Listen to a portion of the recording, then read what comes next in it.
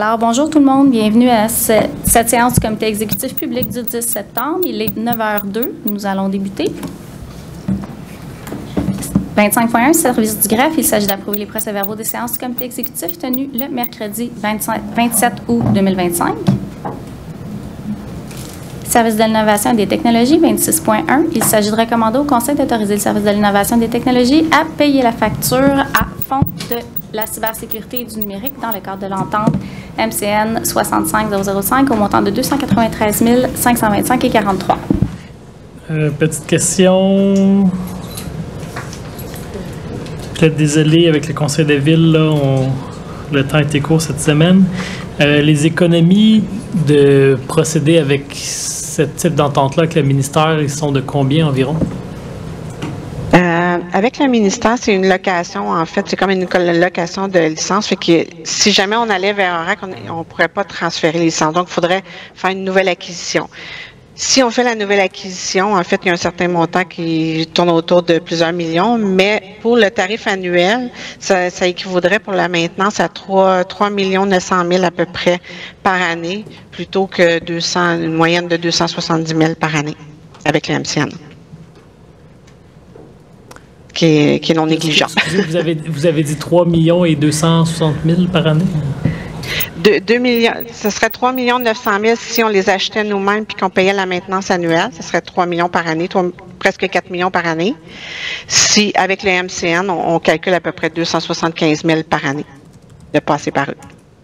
OK. Parfait. Donc, quand même une différence considérable. Pas mal, oui.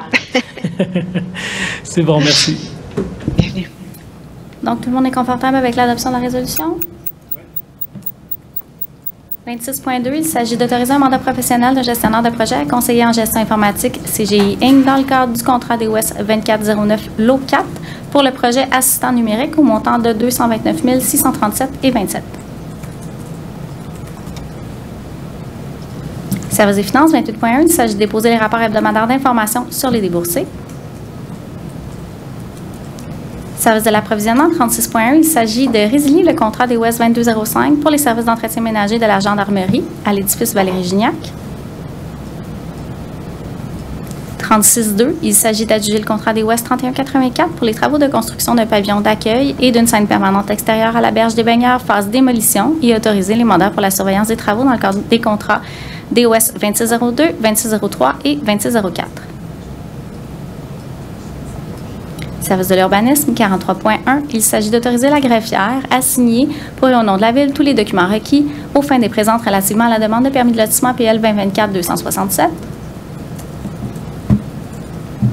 43.2, il s'agit d'approuver la somme à être versée en guise de contribution pour fin de parc relativement à la demande de permis de lotissement PL 2025-135. 43.3, il s'agit d'accepter la demande de PIA IA 2025-0048 située au 850 rue des Cormiers. Est-ce que vous souhaitiez basculer le point pour obtenir la présentation? Donc, le point 43.3 sera traité au huis clos. 43.4, il s'agit d'autoriser la greffière à signer pour et au nom de la Ville tous les documents requis aux fins des présentes relativement à la demande de permis de lotissement PL 2023-282. 43.5, il s'agit d'accepter la demande de PIA IA 2025-18 située sur la 55e avenue. 43.6, il s'agit d'accepter la demande de PIA IA 2025-30 située au 1640 desserte sud de l'autoroute Laval-Est. 43.7, il s'agit d'accepter la demande de PIA IA 2025-109 située au 300 boulevard Sainte-Rose. 43.8, il s'agit d'accepter la demande de PIA IA 2025-101 située sur le boulevard des Laurentides. Service de l'ingénierie, 50.1, il s'agit d'installer des panneaux de signalisation indiquant un arrêt interdit entre 7 et 17 heures les jours de semaine et retirer les panneaux de signalisation interdisant le stationnement sur la rue Rancourt du côté opposé à l'école Alfred Pellan. 50.2, il s'agit d'ajuster la signalisation sur la place Charles. 50.3, il s'agit d'installer la signalisation de stationnement interdit ainsi que le marquage du côté nord du coude à l'approche de l'intersection de la Montée-Monette et du boulevard Normand-Béthune. 50.4, il s'agit d'implanter un passage pour personnes ainsi que des saillies en marquage avec bollards à l'intersection des rues Camille et Clémence aux abords de l'école primaire Marc-Aurèle-Fortin. 50.5, il s'agit d'installer une signalisation pour interdire le stationnement vis-à-vis du parc Étienne-Lavoie ainsi que le marquage d'un passage pour piétons près du 457 rue Étienne-Lavoie. 50.6, il s'agit d'autoriser le service de l'ingénierie MLC Associés Inc. à présenter au nom de la Ville une demande d'autorisation en vertu de l'article 22 de la Loi sur la qualité et l'environnement au MLCC-FP dans le cadre du projet d'urbanisation de l'avenue des Terrasses entre les rues Beaujon et Brossard et la rue Cellier.